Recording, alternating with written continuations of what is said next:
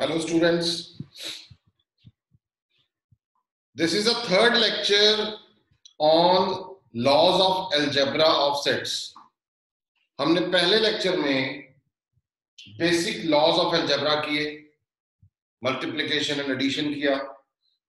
दूसरे लेक्चर में मैंने आपको यूनियन एंड इंटरसेक्शन के commutative law, identity law, associative laws करवाए। आज थोड़ा सा उससे अगला स्टेप है। There is a fifth law and sixth law we are doing distributive law. आज हम डिस्ट्रीब्यूटिव लॉज कर रहे हैं। This is the fifth law, distributive laws. काम हम वैसे ही करेंगे जैसे हमने लास्ट लेक्चर में किया। जिन बच्चों ने लास्ट लेक्चर अटेंड नहीं किया, बेटर होता है कि वो कोई भी लेक्चर मिस ना करें, अपना लेक्चर कंप्लीट करने के बाद ही आगे कैरी किया। तो डिस्ट्रीब्यूटिव लॉज क्या है, ध्यान से देखिए। A union B intersection C. यहां पे दो ऑपरेशंस हैं, ए यूनियन, यहां पे यूनियन है, यहां इंटरसेक्शन है। It is equals to A union B. A का बी के साथ यूनियन हो गया and intersection with A union C. यानी कि जो ऑपरेशन बाहर है वो अंदर चला गया और जो ऑपरेशन अंदर था वो बाहर आ गया। ऐसा ही हमारा दूसरा है, A intersection B union C. It is A intersection B union with A intersection C. आपको बड़े सिंपल तरीके से इसे याद रखना है, आपको कुछ ज्यादा कॉम्प्लिकेशन में नहीं डलना। सिंपल है, देखिए A union B intersection C. जो पहले ए का बी के साथ यूनियन करेंगे, फिर ए का सी के साथ यूनियन करेंगे। जो ऑपरेशन बाहर है वो अंदर चला गया, जो अंदर है वो बाहर आ गया। दूसरा है ये इंटरसेक्शन पहले है, यूनियन बाद में है। तो ए का पहले बी के साथ इंटरसेक्शन करेंगे, फिर ए का सी के साथ इंटरसेक्शन करेंगे। यहां भी वही टेक्निक है, जो ऑपरेशन बाहर है वो अंदर चला गया, जो अंदर है बाहर। करने का तरीका वही है जैसे हमने कल किया था। मैं सबसे पहले H belongs to A union B intersection C ले रहा हूं। अब आप लोगों को याद है कि हमने यूनियन की जो सिंबॉलिक फॉर्म की थी, ये A है, ये B है पूरा। तो A यूनियन B को हम कैसे लिखेंगे? हम लिखेंगे X बिलोंग्स टू A और X belongs to B intersection C। क्योंकि जब A यूनियन B को बिलोंग कर रहा है तो यूनियन की जगह पे और आएगा, ये आपको करवाया जा चुका है। X बिलोंग्स टू A और इसको स्प्लिट करूंगा मैं, तो X belongs to B and X belongs to C लिखूंगा। क्योंकि यहां इंटरसेक्शन है, यहां इंटरसेक्शन है, B इंटरसेक्शन C है, तो मैं लिखूंगा X belongs to B and X belongs to C। अब मेरे को क्या करना है, मेरे को इसको इकट्ठा करना है। मेरे को एक्चुअल में ये चीज चाहिए, जो राइट हैंड साइड है मेरे को वो यहां चाहिए। तो मैं ए यूनियन बी, थोड़ा दिमाग लगाइए, थोड़ा सोचिए कि रिजल्ट कैसे बनेगा। तो हम इसको क्या करेंगे, एक्स बिलोंग्स टू ए और के साथ इसे कोलैबोरेट कर देते हैं। ए यूनियन बी तब आएगा अगर यहां पे ए और बी होगा। तो ये मैंने इकट्ठा कर दिया एंड मैंने बाहर लिख लिया। ए के साथ फिर मैं सी को इकट्ठा कर देता हूं, x belongs to A और x belongs to C। This is the main step. A को पहले B के साथ कोलैबोरेट किया, फिर A को C के साथ कर दिया। जो बाहर है वो अंदर चला गया, जो अंदर है वो बाहर आ गया। अब मेरे लिए बहुत आसान हो चुका है। x belongs to A union B, and की जगह पे इंटरसेक्शन, एंड यहां पे आया x belongs to A union C। दोनों को इकट्ठा करके लिखूंगा, तो x belongs to A union B intersection with A union C। यही चीज देखिए बेटा हमें चाहिए थी।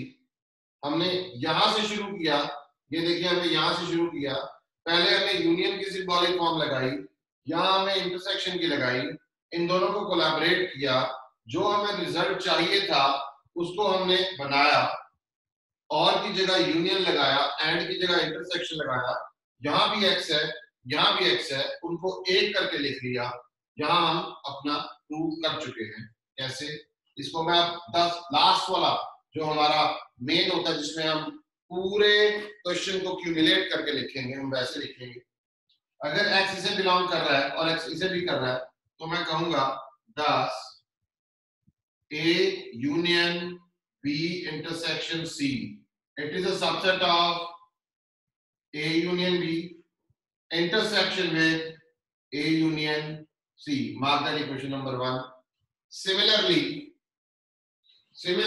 इधर वाला लिख सकते हैं हम A union B intersection with A union C is a subset of A union B intersection C. Mark this equation number 2.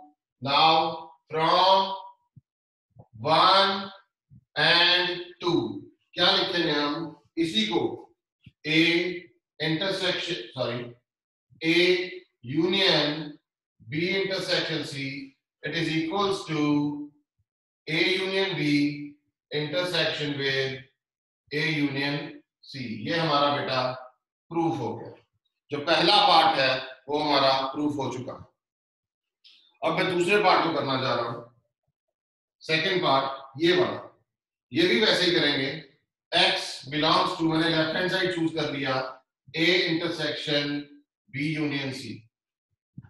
अब अगर x belongs to A intersection B union C है तो मैं इसको A मान के चल रहा हूं और इसको मैं B मान के चल रहा हूं। If x belongs to A intersection B तो क्या होता था? x belongs to A and x belongs to B, ये होता था। तो हमने लिख दिया। अब अगले स्टेप में A तो सेम जाएगा, इसकी जगह पे जाएगा B और x बिलोंग्स टू C। ये देखिए ब्रैकेट्स का खास ध्यान रखना है, x belongs to A and collaborate कर दो इसको, x बिलोंग्स टू B और x belongs to A and x belongs to C। ध्यान से देखिए यही मेन स्टेप है जहां गलती होती है। A को पहले B के साथ किया, A को फिर C के साथ किया। ध्यान रखिएगा जो ऑपरेशन बाहर है वो अंदर चला जाएगा, जो ऑपरेशन अंदर है वो बाहर आ जाएगा। यही एक मेन स्टेप है इसमें भी और इसमें भी। अगर मैं अब इसको आगे कर रहा हूं, A एंड की जगह पे मैं इंटरसेक्शन लिख सकता हूं और की जगह पे यूनियन लिख सकता हूं, x belongs to A intersection C। दोनों x को इकट्ठा करके लिखूंगा तो क्या लिखूंगा? x belongs to A intersection B union with A intersection C। यहां तक हम पहुंच गए, जैसे ये था यहां तक पहुंच गए। अब वही चीज लिखूंगा मैं, 10 x belongs to this A intersection B union C implies x belongs to A intersection B union with A intersection C. Therefore, A intersection B union C is a subset of this A intersection B union with A intersection C। और हमने इसको first equation mark कर लिया। Similarly उल्टा करके लिखेंगे, A intersection B union with A intersection C is a subset of A intersection B union C. Mark this as an equation number 2. Now from 1 and 2 क्या रहेगा? A intersection B union C, it is equals to A intersection B union with A intersection C। आपने इसमें बेटा कुछ नहीं किया, मैंने भी इसमें कुछ ज्यादा दिमाग नहीं लगाया, मैंने सिर्फ ये याद रखा कि मैं प्रॉपर्टी सिंबॉलिक फॉर्म को यूज कैसे कर रहा हूं। तो this is your distributive law, this is again your distributive law. हाँ, दोनों में डिफरेंस क्या है? ये यूनियन के ऊपर है, इसके ऊपर प्राइमरी ऑपरेशन होता है। अगर आपको ये कहा जाए डिस्ट्रीब्यूटिव ओवर यूनियन तो आप इसको यूज करेंगे, और अगर आपको पूछा जाए डिस्ट्रीब्यूटिव ओवर इंटरसेक्शन तो आप इसको यूज करेंगे। क्यों? एक होता है प्राइमरी ऑपरेशन, एक सेकेंडरी ऑपरेशन।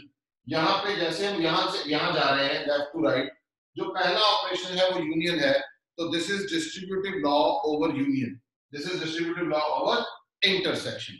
ये चीजें हमें ध्यान में रखनी है। Any doubt?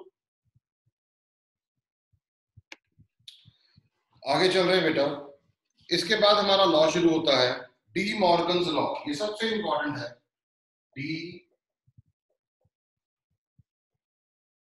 Morgan's law.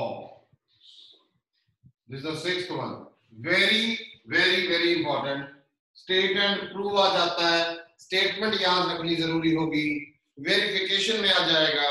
Verification में लॉ की जो आपको प्रॉपर्टी है कि जो हम प्रूव करना चाह रहे हैं वो याद रखना जरूरी होगा, सबके लिए जरूरी है वो। सबसे पहला है ए यूनियन बी का whole dash, it is A dash intersection B dash. Second है A intersection B dash, it is A dash union B dash. ये दोनों लॉज हैं, these are called De Morgan's law. सबसे पहले हम इसे पहले वाला करेंगे वैसे ही, ध्यान रखिएगा x belongs to A union B whole dash. आप लोगों को याद होगा अगर x A डैश को बिलोंग करता है तो A को वो बिलोंग नहीं करता, ये हमें पता है। और अगर A को बिलोंग करता है तो A डैश को नहीं करेगा। यहां देखिए x A यूनियन B के डैश को बिलोंग कर रहा है, इसका मतलब ये हो गया कि x जो है A यूनियन B को बिलोंग नहीं कर रहा। अगर यहां पे मैं लिख रहा हूं because if x belongs to A dash implies does not belongs to A। अगर x A यूनियन B को बिलोंग नहीं कर रहा तो इसकी सिंबॉलिक फॉर्म लिखवाई गई थी कि does not belongs to A does not belongs to B। याद होगा आपको, बिकॉज करके यहां रीजन दिख रहे हैं। If x does not belongs to A union B implies does not belongs to A does not belongs to B। आपको याद होगा जब मैंने आपको बताया था कि अगर हमारे पास does not belongs to है तो यूनियन की जगह पे एंड आएगा, उसी चीज को हम यूज कर रहे हैं। X does not belongs to A, इधर देखिए ध्यान से, इधर हमें इंटरसेक्शन चाहिए, इंटरसेक्शन हमारी आ चुकी है क्योंकि एंड आ गया, जहां एंड आ गया वहां इंटरसेक्शन आ चुकी है, तो इसको तो मेरे को छेड़ना ही नहीं। बट मेरे को यहाँ पे A डैश चाहिए और यहाँ पे B डैश चाहिए। अगर X A को बिलोंग नहीं कर रहा इसका मतलब वो A डैश को बिलोंग करेगा, यस और no. In the same way B dash को B को बिलोंग नहीं कर रहा तो B डैश को करेगा। अब मैं इन दोनों को इकट्ठा कर रहा हूं, A dash intersection B dash. दोबारा से एक बार बताता हूं, ध्यान से सुनिए, इट्स क्वाइट इजी। हमने सबसे पहले लिखा x belongs to A union B whole dash, जो हमारा लेफ्ट हैंड साइड था। अगर x A डैश को बिलोंग करता है तो इसका मतलब वो बाहर है, तो अंदर नहीं होगा, तो इसका मतलब A को बिलोंग नहीं करेगा। तो यहाँ था कि x जो है वो A यूनियन B के होल डैश को बिलोंग कर रहा है, तो इसका मतलब वो A यूनियन B को बिलोंग नहीं करेगा, हमने डैश हटा दिया। अगर वो A यूनियन B को बिलोंग नहीं कर रहा तो पूरी फिगर में याद रखिए दो हमारे सेट होते थे, अंदर अंदर सारा पोर्शन जो था वो यूनियन का था। और अगर X जो है A यूनियन B को बिलोंग नहीं कर रहा तो ना तो वो A को करेगा ना वो B को करेगा। That means does not belongs to A and does not belongs to B। वो बात हमारी क्लियर हो गई, ये भी हमारी सिंबॉलिक फॉर्म थी। If X does not belongs to A, यही प्रॉपर्टी लगी है कि does not belongs to A, तो that means belongs to A dash. ये मैं इसको इफ एंड ओनली इफ करके लिख देता हूं।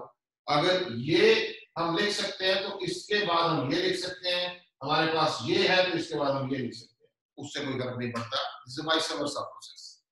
तो x बिलोंग्स टू A का मतलब x does not belongs to A का मतलब है it belongs to A dash. Does not belongs to B का मतलब है बिलोंग्स टू B डैश। हमारा राइट हैंड साइड बन चुका है a dash intersection b dash. अब मैं क्या लिखूंगा, अब मैं ये लिखूंगा वही, thus x belongs to a union b whole dash. ये हमने माना था शुरू में, ये देखिए लेट किया ये, this implies x belongs to a dash intersection b dash. ये हमने प्रूव कर दिया, दिस इंप्लाइज इसीलिए लिखा जाता है। तो therefore a union b dash, it is a subset of a dash intersection b dash। mark this equation number 1। in the same way similarly हम क्या लिखेंगे, similarly a dash intersection b dash, it is a subset of a union b whole dash। mark that equation number 2। now from 1 and 2 क्या आया, we get a union b whole dash, it is a dash intersection b dash। that's all for your De Morgan's law। done। second part पे आते हैं, a intersection b whole dash, let x belongs to, क्या लिखेंगे, a intersection b whole dash। अगर a intersection b के dash को वो belong कर रहा है, इसका मतलब क्या होगा, does not belongs to a intersection b। अगर x a intersection b के डैश को बिलोंग कर रहा है तो इसका मतलब है x does not belongs to a intersection b। यहाँ रीजन लिखो, x belongs to a dash implies does not belongs to a। अगर x a intersection b को बिलोंग नहीं कर रहा तो it means does not belongs to A और does not belongs to B।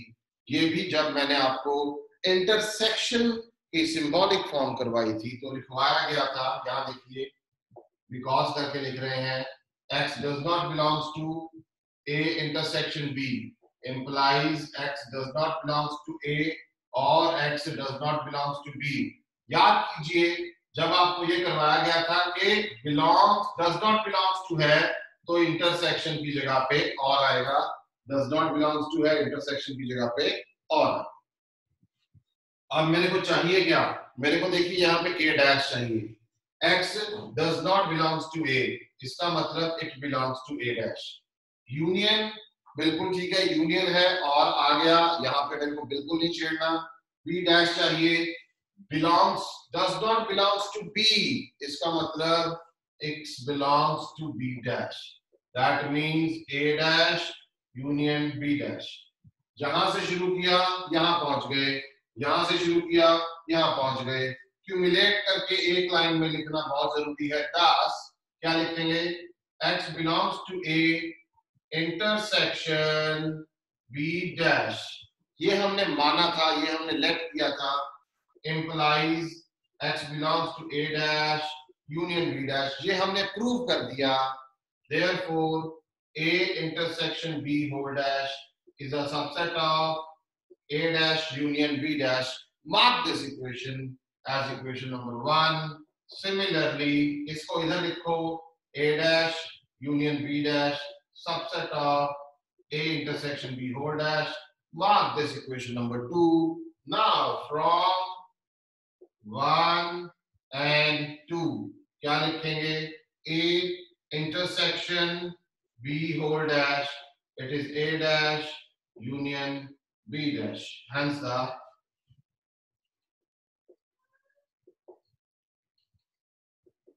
the result,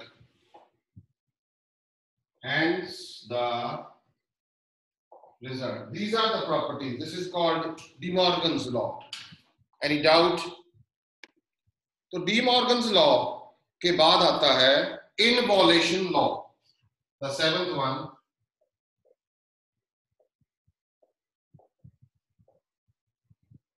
ये क्या चीज है, ये बड़ा इजी है, आप लोगों को करवाया भी हुआ है मैंने।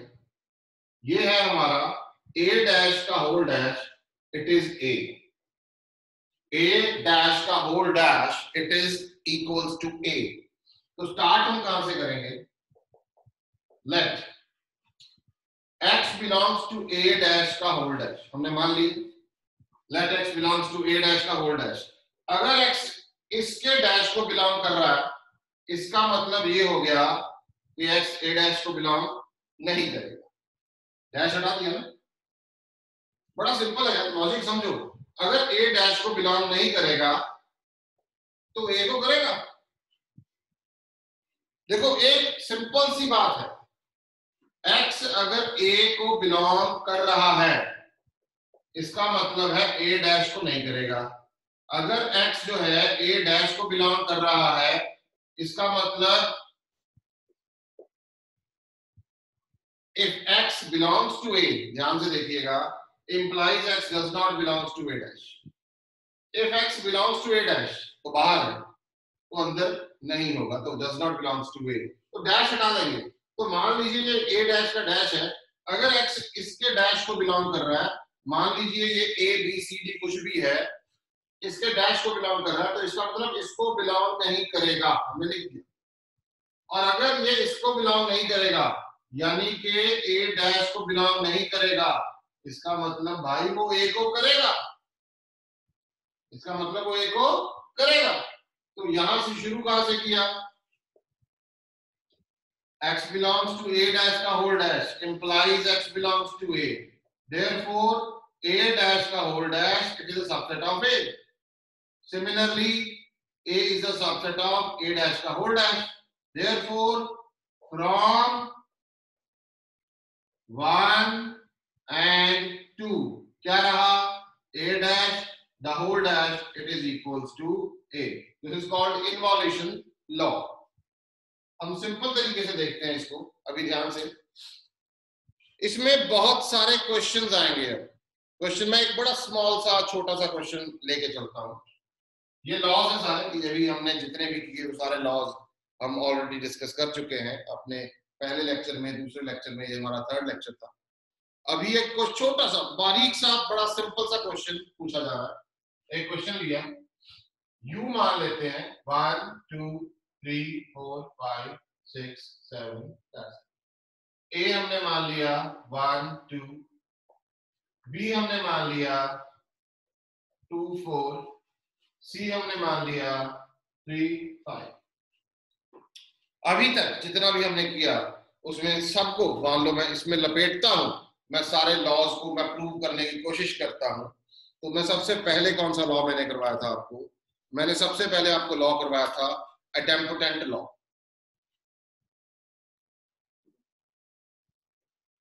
एडेम्पोटेंट लॉ कौन सा था, ध्यान से देखिए, ए यूनियन ए का ए के साथ ही यूनियन करते हैं तो क्या आएगा, ए का 1 2 का यूनियन 1 2 के साथ 1 2 ही आएगा ए। एडेम्पोटेंट का दूसरा था ए इंटरसेक्शन ए करते हैं, 1 2 का इंटरसेक्शन 1 2 के साथ करेंगे 1 2 ही आएगा। ये वेरिफिकेशंस हो रही हैं, क्या हो रही है, वेरिफिकेशंस ऑफ लॉज। ठीक है, मैंने ये किया। उसके बाद मैंने मान लीजिए third A intersection with universal set, A intersection with universal set हम करते हैं तो क्या आएगा, देखिए ध्यान से, ए मैंने लिख लिया 1 2, intersection with 1 2 3 4 5 6 7, common between A and universal set 1 2, और आपने करवाया था मैंने क्या था वो, ए। फोर्थ क्वेश्चन में ए यूनियन विद 5, ए क्या है 1 2, यूनियन विद 5 क्या रहेगा, ए खुद रहेगा। उसके बाद हमने किया ए इंटरसेक्शन विद 5, ये भी क्या रहेगा, ए और 5 का कुछ भी कॉमन नहीं है। अगर मैं लिखना चाहता हूं, मैंने लिखा 1 2 ए लिख दिया, इंटरसेक्शन विद खाली, ये खाली क्या है 5 है, दोनों में क्या कॉमन है 5, ये कॉमन है। और मैंने आइडेंटिटी लॉस करवाए आपको, आइडेंटिटी हम सारे नहीं बता रहे, मैं थोड़ा थोड़ा बता रहा हूं ताकि एक बार एक राउंड खत्म हो।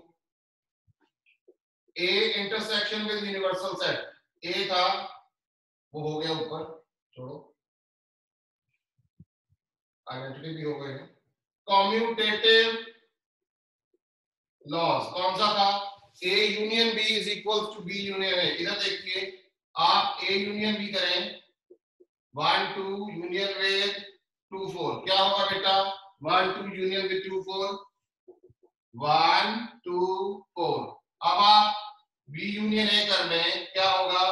यहाँ 2 4 पहले लिख दो और A का 1 2 बाद में। अब क्या आएगा? ऑर्डर था, कोई फर्क नहीं है, मैं तो पहला भी किया हुआ है 1, यानी कि इसको मैं 2 लिख देता हूं, 4 लिख देता हूं, 1। ये दोनों सेम है, दोनों में कोई अंतर नहीं है। एसोसिएटिव लॉ में मैंने इंटरसेक्शन वाला नहीं करवाया यहाँ पे, मैं जस्ट एक बार आपको रिमाइंड करवा रहा हूँ। A union B union C करते हैं, ध्यान से देखिए। पहले मैंने ए लिख किया 1 2 union with B union C, देखो क्या आएगा 2 3 4 5, 2 3 4 5 मैंने लिख लिया। अब इसका दोनों का यूनियन करेंगे 1 2 3 4 5, डन। अब मैं यूनियन का इसका दूसरा पोर्शन करता हूं, जिसमें पहले 2 के ऊपर था, ये देखिए पहले 2 के ऊपर था। अब क्या होगा? ए यूनियन बी करो पहले 1 2 4, 1 2 4, ए यूनियन बी कर लिया मैंने।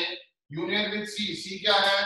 3 5, तो मेरे पास आ गया 1 2 3 4 5, दोनों सेम है।